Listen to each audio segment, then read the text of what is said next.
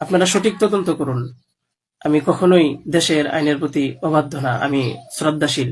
দেশের আইন আছে, সে আইন সঠিক অপরাধী যে তাকে খুঁজে বের করবে। আপনারা অপরাধী খুঁজে বের করার আগেই যদি আমাকে অপরাধী বানিয়ে ফেলেন, তাহলে তো আসল অপরাধী পার পেয়ে যাবে, আসল অপরাধী তো ছাড়া পেয়ে যাবে।